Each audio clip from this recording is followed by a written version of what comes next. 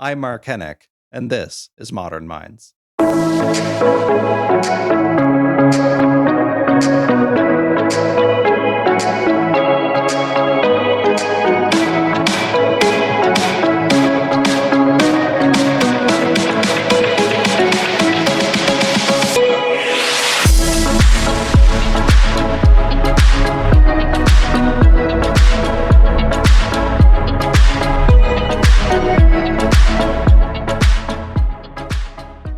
Welcome to Modern Minds, compelling conversations with thought leaders on the forefront of the mental health revolution.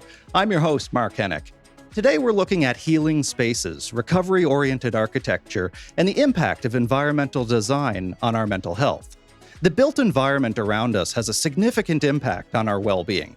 Research shows that the design of our homes, our workplaces, and public spaces can affect our mood, our stress levels, and our overall mental health. Things like the presence of natural light, adequate ventilation, green and blue spaces, all of these things can help to reduce stress and to improve our well-being. But on the other hand, poor design, like cramped spaces, lack of privacy, and exposure to noise, these are things that can contribute to mental health problems, including anxiety and depression. So to explore how this concept applies to healthcare settings in particular, especially mental health care, I'm joined by three guests, each with deep expertise and practical experience in this area. Dr. Jan Golembiewski is the Director of Psychological Design. He's one of the world's leading architects driving innovation and evidence-based architecture. His research around behavioral, affective, and psychological reactions to the physical environment, it places him at the center of current thinking about the effects of design and health. Dr. Upali Nanda is Global Practice Director of Research and a principal at HKS. Upali has extensive experience in leading research projects and design practice with a focus on the impact of design on human health and perception. Dr. Nanda also teaches as an associate professor of practice at the Taubman School of Architecture and Urban Planning at the University of Michigan.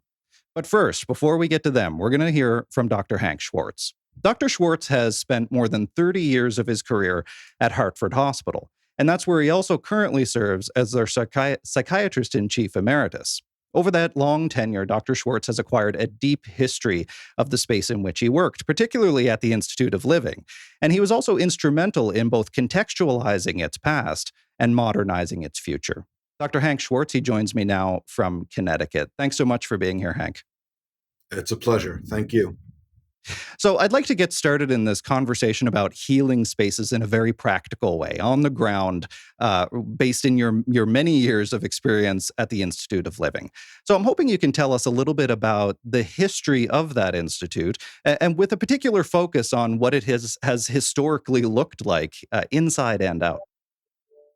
Well, the Institute was chartered in 1822. It was the first hospital of any kind in the state of Connecticut and opened its doors in 1824 with the principles of moral treatment, which really were radical for the time. And that they included the notion that people with mental challenges needed to be treated with respect and given the dignity and provided the best of medical care that was available at the time, because new concept, mental illness was considered now to be an illness like all others. And that meant housing them appropriately, feeding and addressing psychological, social, and spiritual issues. But it included a real valuation of scenery, of the outdoors, of the environment in general, the indoor environment also.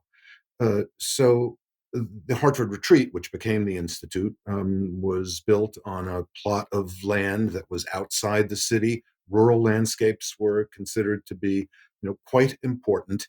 And over time, into the 1860s, John Butler, who was the superintendent at the time, who was quoted as wanting a therapeutic Arcadia. He really valued the experience of patients walking through grounds that would be beautiful so that they could perhaps wax poetic about flowers and enjoy rambling through beautiful spaces. He hired Frederick Law Olmsted and Calvert Vaux, famous landscape architects at the time, who would shortly thereafter do Central Park in New York and so many other important places in the United States. Uh, and Olmsted very, very much believed in the importance of landscape, a therapeutic scenery, almost to what he was quoted as saying, sort of unbend the mind from the stresses of the day and the time. I want to come back to that piece in just a second, but first, everything that you're telling me, especially about the development of the property as a retreat originally, it feels very countercultural. Like, even now, it feels like that would court controversy. So, do you think, or have you seen in the research, was Olmsted really outside of the norm here? Would there have been pushback to this kind of very humane treatment for people with mental illnesses? Well, Olmsted broke with previous concepts of landscaping, which were based on the English gardens and that sort of thing. So he really was revolutionary. There's no question about it. Um, but his new approach became very popular very quickly. I think it had a kind of obvious impact. It was almost irrefutable. If you walked through some of the areas that he had landscaped, you were so taken by the beauty of the whole. He very much focused on the whole. He wasn't interested in people looking at little flower beds here and there and being distracted by them. He felt that drew you from the unconscious experience of the total scene into consciously thinking about this element or that. And flower beds and gardens certainly have not gone away, but appreciation of larger landscapes, particularly in institutional settings, psychiatric hospitals, universities, corporate parks, highways. I think it took. So yes, he was a revolutionary, but I think he was widely accepted in a short period of time. Mm. Now, how do you think that space at the Institute of Living and psychiatric treatment more broadly, maybe, how do you think it's evolved over the years, both in terms of how these spaces are designed, or particularly with reference to the IOL, but also in terms of how the design interfaces with the approach to treatment? Have things changed since then? Well, I'm not a true expert on psychiatric hospital design, but I can say from my own experience that I think the pressures on psychiatric hospitals through the end of the 19th century and into the 20th century were great. Financial pressures, the impact of deinstitutionalization and then of managed care created the kinds of and the regulatory environment all impacted, I think, our approach to the use of space. So, as an example, we had the beautiful grounds designed by Olmsted, and at the center of the grounds of what was then the retreat and is now the Institute of Living, or the IOL, was a thing that was referred to as Retreat Park, and it was a beautiful park with splendid specimen trees surrounding it, and patients who were capable of being outdoors, outside of the hospital grounds. I mean, it was designed for the patients to use. It was considered a healthful part of the experience. Well, today, the pressures of very, very short stays of hospitalization, of inadequate hospital beds, which means that the most ill of patients are concentrated in hospital, whereas many of the still challenged patients, but who are somewhat healthier, are now in ambulatory programs, has meant that by and large, psychiatric hospital units are locked and patients are not able to go outside and enjoy the outdoor experience. So, I'm hoping actually that as we move forward with the advances that I anticipate in the next 10, 20, and 30 years, and with our, I think, somewhat more nuanced and sophisticated attitudes toward the experience of people in recovery, we'll be able to return to a time when the experience of the hospital is less confining. Yeah, there are so many stakeholders and opinions and competing interests in designing or redesigning these sorts of projects, and so much legislation around it as well, and legacy. Rarely do we get to start from a blank slate and build the best case scenario, as Olmsted and others did at the time. So, when you were psychiatrist in chief over your long tenure, and now Dr. Javid Sukhera is the new psychiatrist in chief there, what were some of the advancements that you hoped to integrate into the Institute of Living, and what were some of the challenges that you encountered in those projects? Well, I'll cite one very significant challenge. So for years, we have been wanting to build out an outdoor area for our patients into the Donnelly building, which is our inpatient building. And that plan is going ahead. It's proceeding, and it's going to be a very beautiful environment that will enable people who are on inpatient units to have outdoor time. But it has taken so long. Part of the issue, of course, is generating the capital for that kind of renovation. The competing projects that have to get done, the modern technologies that have to be paid for at the same time.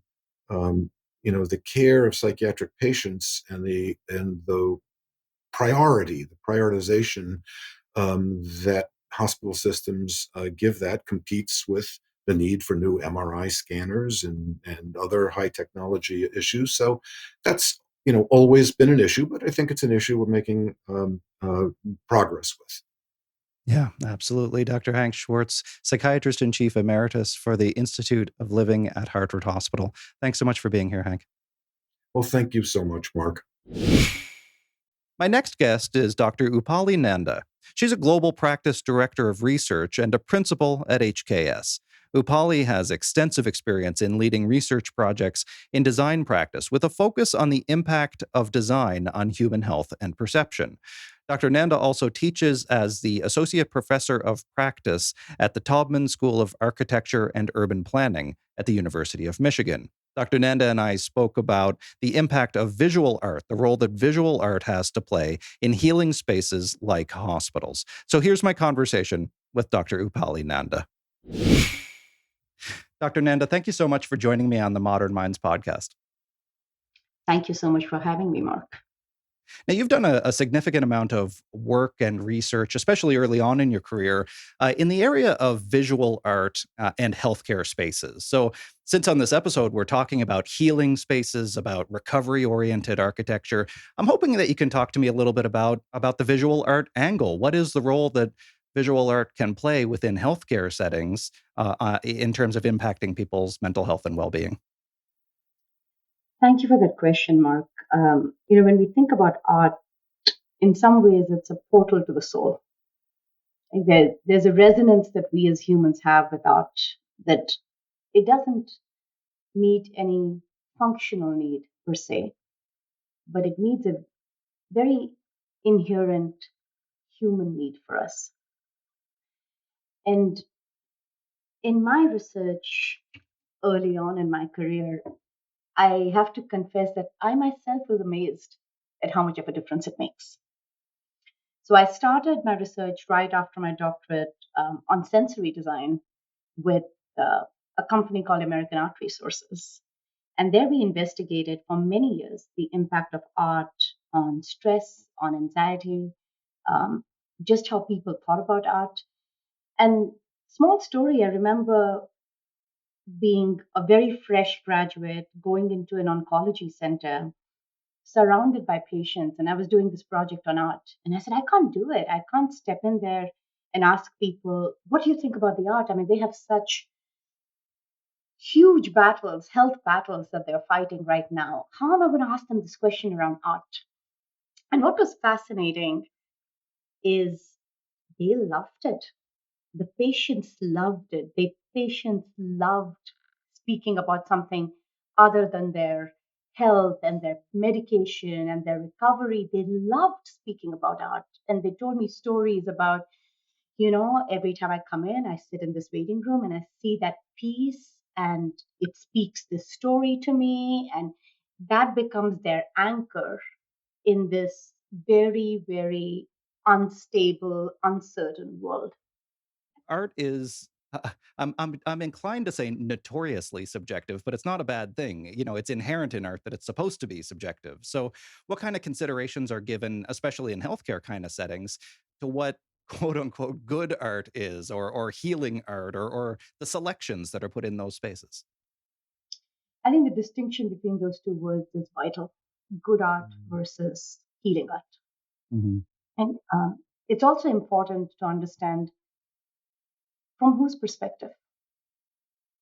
Art is so much about perception, but the key point to remember in art is that literally the brain that I'm taking, the perceptual lens that I'm taking when I'm viewing art in a museum or a gallery is different from when I'm viewing art in a lobby or a waiting area. And it's different from when I'm viewing art in a ICU or a critical care space, or when I'm bedridden and confined to my bed. The perceptual context matters. So when we say good art or bad art, when we say healing art, healing in what context, for what level of vulnerability? Mm. In health, the first rule is first do no harm. And so the more vulnerable the patient, the more careful you are about not putting art that might agitate them, because it is and can be so subjective. There's a beautiful term in art which is called the beholder's share. Mm. Any piece of art has a component which is the beholder's share. I have to engage with it, I have to understand it, I have to engage and comprehend what the artist was intending. When you're highly stressed and highly anxious, you are not able to do your beholder's share the same way. The beholder Mm. in this context has a burden. Mhm. Um, a theoretical framework that can help us is emotional congruence. So I can see the same piece of art. Let's take a very abstract piece, a very subjective piece. I see that art when I'm happy and I engage with it differently. I will see different things in it. I see that same piece of art when I'm highly vulnerable, when physiologically and psychologically I'm facing huge battles, Mm. internal, visible, invisible scars. I will see something different in it. And that is why, in very vulnerable populations, healing art is art that it tends to be more nature based, more familiar, non threatening. The purpose at that end of the spectrum is to really just calm you down. Mhm. Mhm. If it's in a place where you have a choice, where your stress levels are lower, art has a different purpose. It could be to excite you, to Mhm. engage you, to get you to think about something different. Yeah, Sometimes the even purpose of art is humor, to challenge right? or provoke you even, yeah. Exactly, to challenge and provoke you. So it's a different purpose. And understanding at what point how vulnerable we are and what is the purpose of art, that's essential. And that is Mhm. what defines good art. It's good art becomes healing art when it is the right fit for the emotional context that it's in. Yeah. I once had I had an idea a few years back in my condo, to frame a few plates from the thematic apperception test, which is an Hmm. old Rorschach style, or in the vein of projective Uh, tests. You've got a yeah. lonely and dejected looking little boy sitting in a doorway, and an overbearing looking mother. These sorts of black and white, vague images. So I framed a few of them and I had them up in my living room because they spurred the most interesting conversations with guests who came over, because Sure. that's the point, right? Then I realized maybe these people weren't prepared to be blindsided by armchair psychoanalysis when they came over for dinner. But anyway, it was an interesting, exercise in how much of ourselves we project onto the art, right? And then, Absolutely. use it as an interpretive tool. Absolutely. And I'll give you an example from a research study that we did a study in an East Alabama hospital, which was in a psych holding room. It was one of those rooms that was windowless, that had nothing like blank walls. And all we did was rotate a piece of art over a period of a few weeks. So we had a copy of Van Gogh, one of the Sunflower series. We had a Jackson Pollock, which of course was very agitating in what you might perhaps perceive from it. And then we had a very simple photograph. We had a photograph of this biophilic image with prospect and refuge and a lot of things that, from a primal evolutionary perspective, would resonate.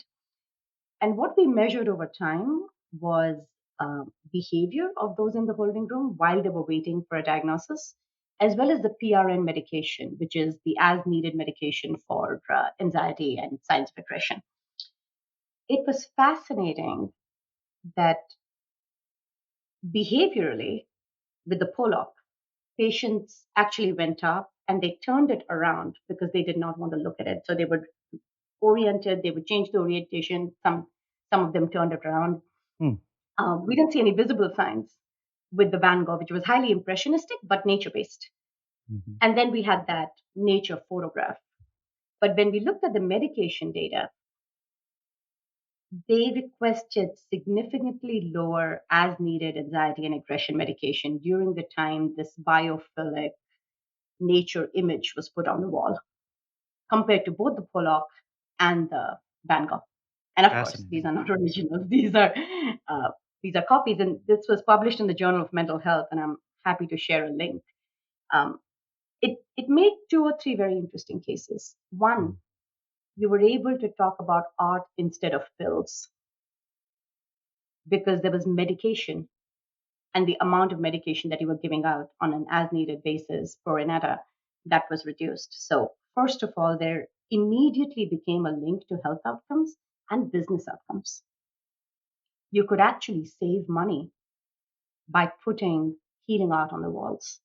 The second thing that was fascinating is how they responded to just the impressionism, the heavy strokes. And I remember talking to a psychiatrist friend of mine, um, and he said, well, if you're really agitated, you would see the agitation in those strokes. And that agitation is what makes it a great piece of art.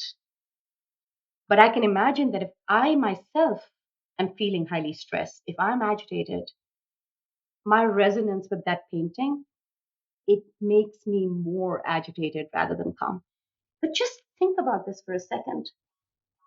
For us to be able to say that simply having healing art on the walls reduced the amount of anxiety medication that had to be given. And when we talk about medication, the way the hospital calculates the time is that it's the cost of the medication, the time of the pharmacist, the time of the nurse. Like what you're actually charged for one medication is way more than the cost of a pill. Mm-hmm. It's all of that that comes into it. And you sit back and say, wherever I am, any given point in time, you're somewhere. You're placed in some context. Your environment is part of you. To what extent are we leveraging the power of art and the power of place for healing? Mm. Well, connected to that, and maybe bridging a little bit into architecture as art, what the space Mhm. actually looks like. Some of my most vivid memories of myself being on psych wards were of the cinder block walls and of the bolts Yeah. and how they didn't have mirrors; they just had shiny metal. So all of those things contributed to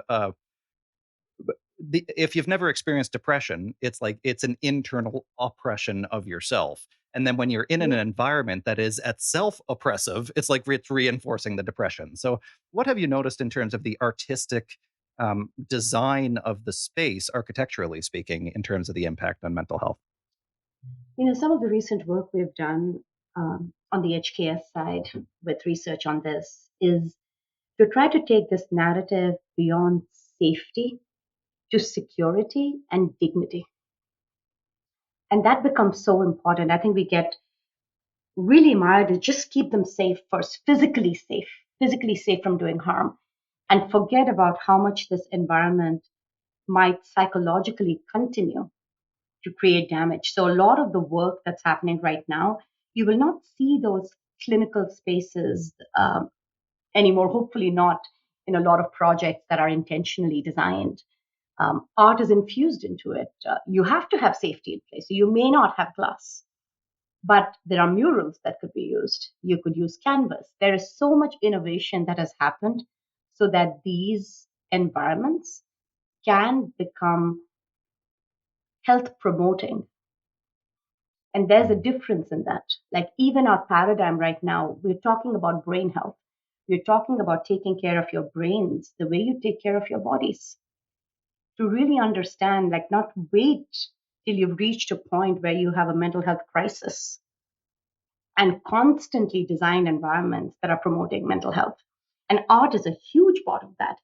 Nature is a huge part of that. If you look at how we engage with art, there are three components of it. One, which is expressing through art. That is art therapy. There is so much beautiful work that is happening in this space on the act of creating art makes me feel better.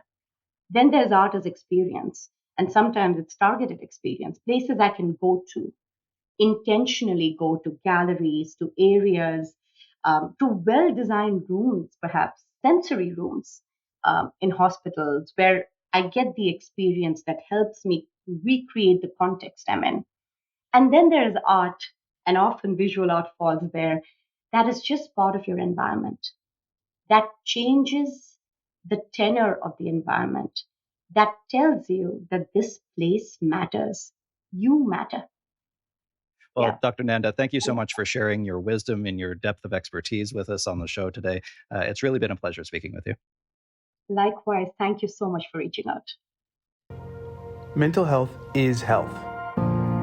At the Institute of Living, we are pioneers in mental health, and we have been for 200 years. We have an ambition to transform mental health services while co-designing these services with those whom we serve.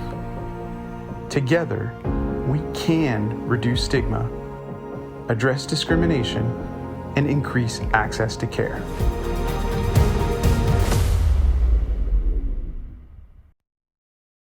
This is Modern Minds. I'm your host, Mark Henick. Dr. Jan Golembiewski is the director of psychological design. He's one of the world's leading architects driving innovation in evidence-based architecture.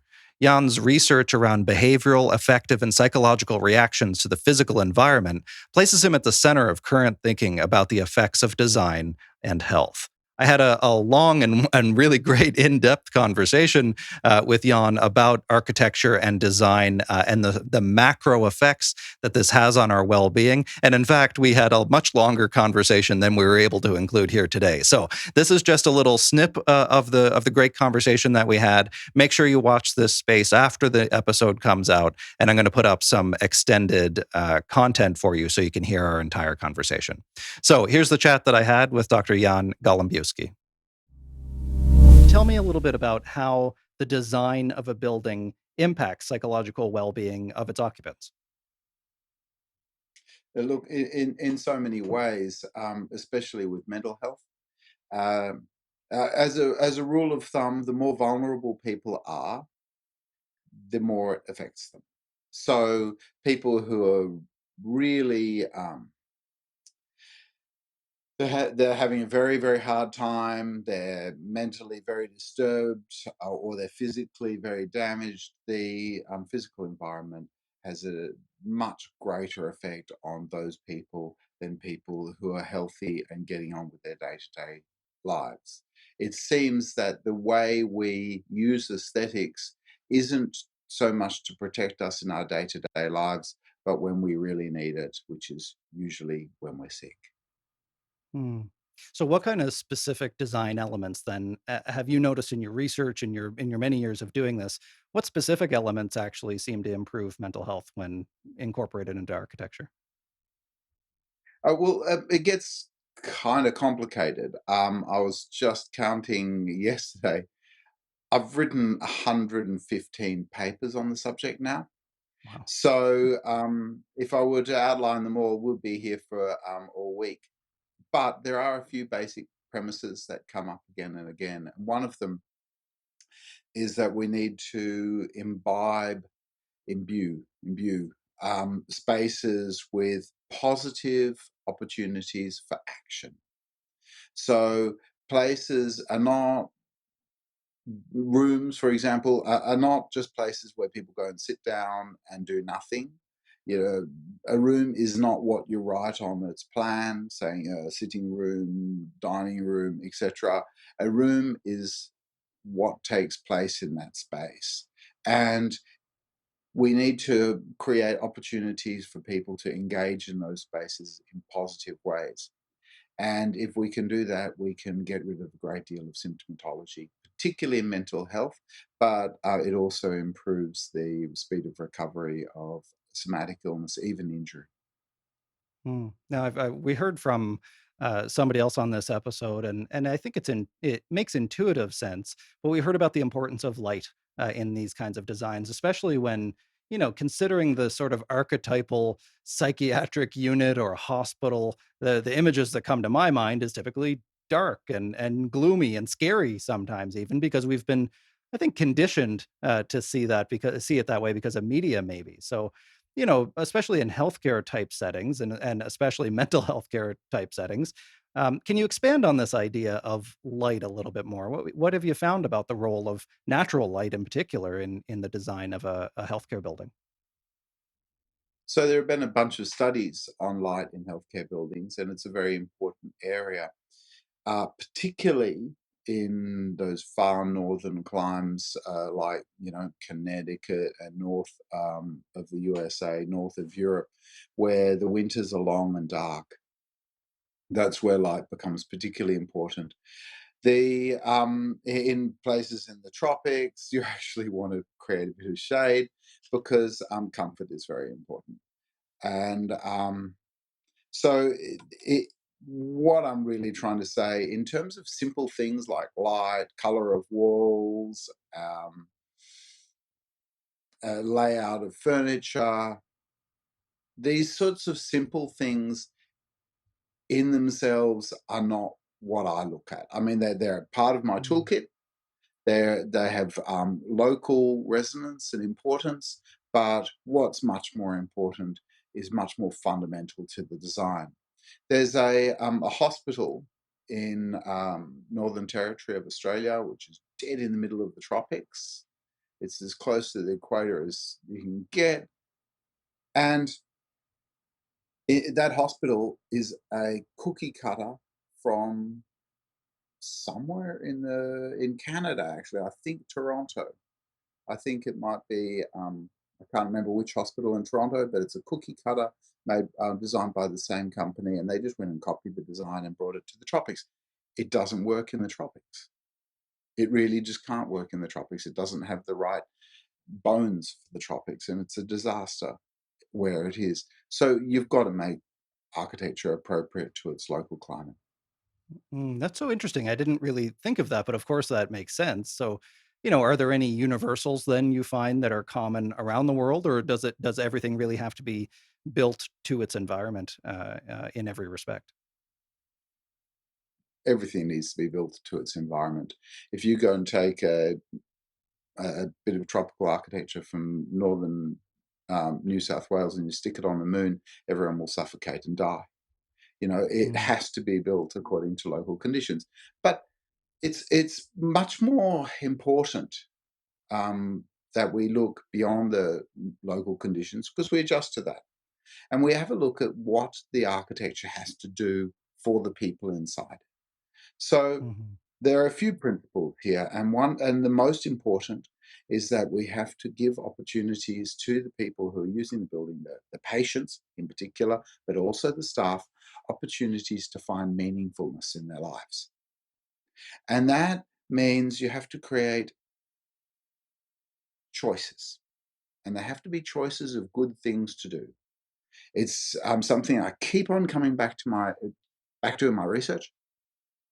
If you can give people choices of good things to do, they feel a sense of satisfaction, a sense of achievement that is something that must be evolutionary. For the last 10,000 years, we've been harvesting in the fields, and when the harvests have come in, we finally have an opportunity to sit back and relax and say, look, the work is done. Let's have a party. Let's enjoy ourselves. And that opportunity to have two good things to do at any given time reflects that kind of what I presume to be evolutionary purpose.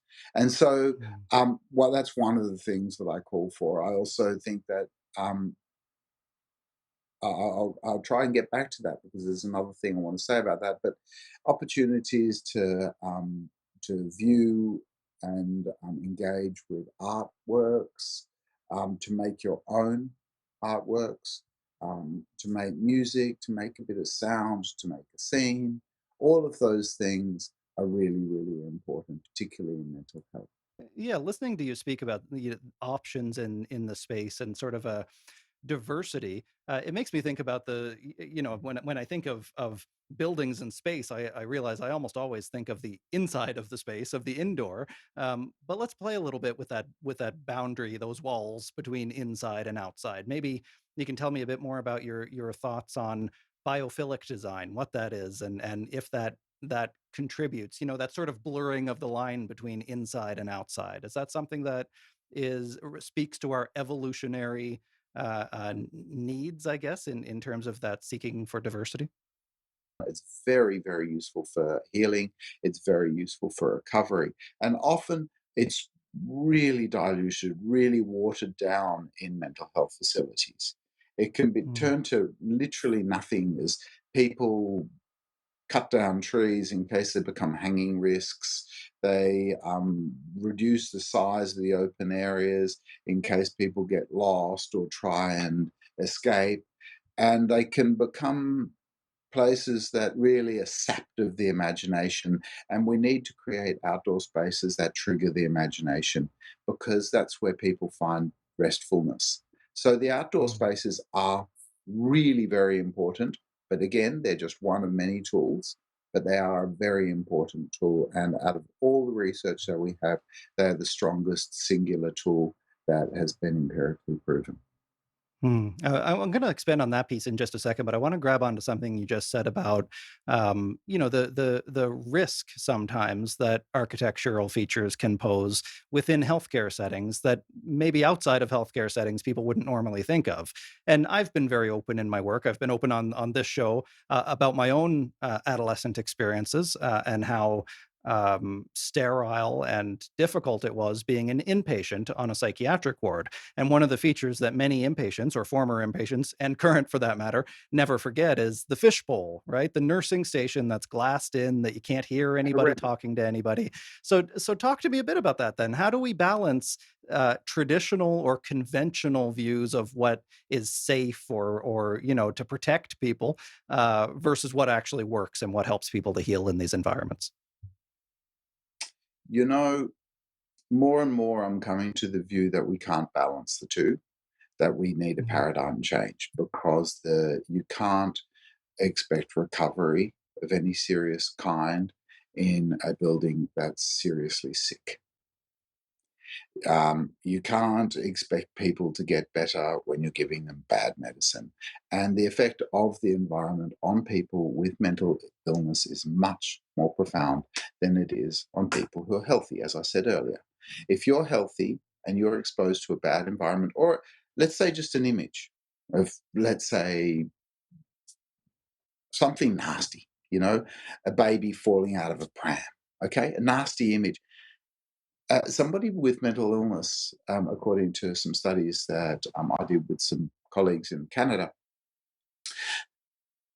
people with mental illness, severe mental illness, will be 78%, 78 times more responsive to those negative images than people who are healthy, right? That's a reaction. That's a psychotic reaction in progress that we're watching. And so the healthy people have barely any reaction. People with severe psychosis, that's schizophrenia, and also mania, because a lot of those people have bipolar disorder, they're being incredibly reactive to these negative circumstances. They're less reactive to the positive. So what we need to do is we have to make environments that really take out those negatives. We have to remove them because they're completely unhealthy for people. And then we have to put in far more positives. So as people are approximately half as responsive to the positives, we have to put in approximately double to kind of balance it out so that people begin to feel a little bit more normal and they get themselves back on track in their lives. That's what recovery-centered design looks like. And that's why the paradigm has to change. The things like trees outside, you can prune the lower branches. That's okay. You can do all sorts of things to make a place better, safer. Get rid of anything that's obvious. But you still need to be able to have a bit of trust in those people that you're treating. Yes, it is very traumatic and really horrible when somebody kills themselves in your facility. But the truth is, you have to understand that these people are going to leave your facility.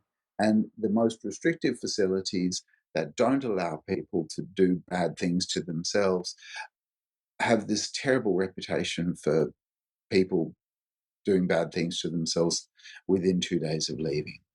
So, it's we have to understand that treatment continues beyond the lockup period in a psychiatric facility.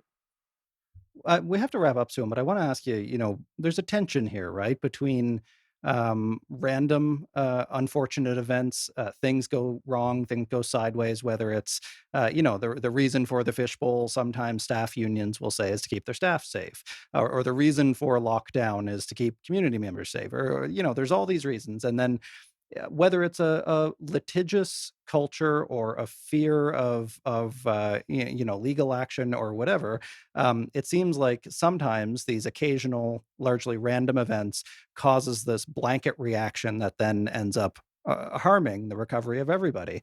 So then, how do you think? How do you respond to that? I guess that fear of even one negative outcome is one too many. How do you respond to that in how you design these spaces? Well, first of all, they're not random. If you go and push people to the point where they have a psychotic episode, then it's not random. It's actually your fault. And it's your fault through design. It's your fault through the design of both the facilities. It's also your fault in the design of the models of care in which you're caring for people. You have to take responsibility for it. You're pushing people too far at a time when they can't take it. Now, you go and put people in a glass finger into a living room, and I've been in those glass fingers. It's like watching, you can see a fight unfold on the other side, and it's like watching it on TV. It takes you that much longer to respond because you're not actually there. And those glass fingers, they also are like TVs for the people on the other side. There's a performance that goes on for the people inside the staff station. That is a dynamic that you don't want to have. A facility that I'm designing at the moment has no visible staff unless the staff are needed. Yes, fingers reach into the facility all over the place, but those fingers are invisible. They don't have glass windows. The staff are there behind them for when they need to step out, but under the normal day-to-day business, people get on with their lives themselves. We can actually change the paradigm. We have to get rid of those glassed-in staff stations. We have to get rid of them because they cause inequities. They cause incredible trouble in mental health facilities, and they don't do what they're supposed to do. They don't. A staff station cannot see anything. There's a famous case in Australia of several very nasty, violent crimes that happened in a mental health facility. All of them happened within eye shot of a staff station, including murders. They removed the staff station. There has been no violence since. Wow. And I think it's going to be an incredible act of of change management to try to convince people immersed and trained in the old way of doing things, right? That stigmatizing way that people with mental illnesses are inherently violent, which of course is not true, to change their minds and to really start to see things differently. I just want to say before you go that you can't separate behavior from mental health, because mental health is behavioral health, and we can do incredible things to change the way people behave using design. Go and look at Disneyland. How do people behave in Disneyland? How do people feel in Disneyland? And why are they feeling that way? It's all to do with the design. And I'm not suggesting that every mental health facility should be like Disneyland. We don't need Mickey Mouse wandering around. But taking 2 steps in that direction is going to be very, very helpful, because we've got to make it a little bit kitsch. We've got to make it a little bit more positive, more declaratively positive, because we've got to make it doubly as positive as so-called normal, because we want to try and replicate normal levels of behavior. Yeah, and to show that that kind of design isn't an accident, I think that's inspiring as well, that we can do something about it. Look, we got to wrap up, but it's been really great talking to you, Dr. Jan Golembiewski. He's an architect, director of psychological design, joined us tonight from Modern Minds, or this morning over there on Modern Minds from Sydney, Australia. Thank you so much for your time today, Jan. See you, Mark. This is Modern Minds. I'm Mark Henick. We've got one more conversation for you before we go, and for that, I'm going to pass it off to Brian Spiros in the field. Brian? Thank you, Mark. We are going to continue the conversation around the importance of environmental design as it relates to mental health. And joining me now is Mike Matthews, Operations Coordinator at the Institute of Living. So to put all of this into perspective, this concept surrounding mental health, the environment, and nature, it's nothing new. I mean, this was even around 200 years ago when the IOL first opened. Yes, thanks, Brian. Absolutely. It was the intent of the founders to have a therapeutic setting, natural, that we would all enjoy and want to be at. And it is still going strong today. We're going to get into all of that. But before we get into the design of the IOL, tell me what the operations coordinator does. Well, it's a little difficult, but to keep it simple, it's really all the business operations, and that includes the facilities and the grounds. And I like to think of myself as the glue that holds it all together. And we're going to talk about how important the property is. And so you're the one that keeps all that going. So kudos to you. So how is the IOL designed to help with the healing process of patients? We mentioned nature. Kind of take me through how it started. Well, actually, it goes back to around the 1850s when they employed what they believe is the founder of American landscape architecture, Frederick Law Olmsted, to develop a fairly open and wooded area into something that could be more utilized by patients and still have the beauty in the natural setting. Over the years, they've taken great care of the facility and added greenhouses, and more recently, there's been efforts to replace trees that have passed and to develop little areas where patients can either sit or work, and it's a beautiful place. Adding pathways, fountains, sort of taking that natural element that existed and then enhancing it over time. So speaking of that enhancement, you mentioned how, trees, they've died over time, they've been replaced. But you also mentioned the greenhouse. So tell me about the greenhouse, because we want to preserve and enhance this space. The greenhouse is one example of that. Yes, exactly. I think they've had greenhouses for probably close to 100 years. And I was hired 20 something years ago to renovate the current greenhouse that they have and turn it into a vocational training program, allowing patients to work with plants and in a vocational capacity and work their way back into employment. Obviously maintaining the grounds, which you do, is really important. What does it mean to you when you see that something so simple is having such a big impact on the patients who come through there? Well, I live it. I was drawn to the field and drawn to the Institute for all the reasons. So I live and breathe everything about how horticulture integrates into well-being. Yeah, which is obviously how it was all designed to begin with. Exactly. I want to talk about the Ridge. This is the Behavioral Health Network's latest move to incorporate nature into the healing process. It is not in Hartford like the IOL, but the grounds are similar. So kind of tell us what this facility is going to be like.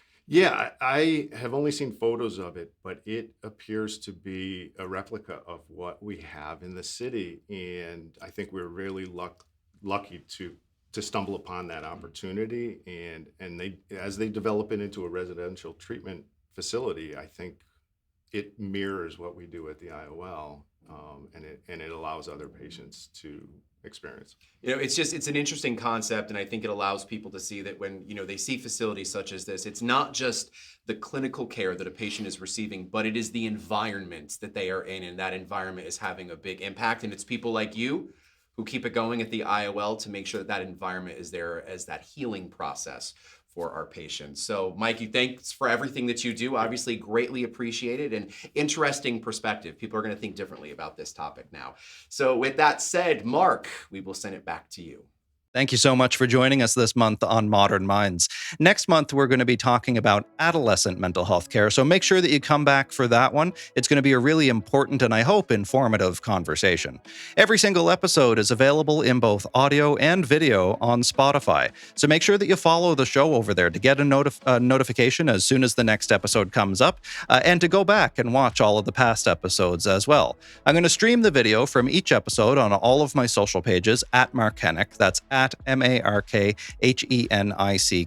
and the audio-only version of every episode is going to be up on all the usual podcast platforms. So if you don't listen on Spotify, that's okay.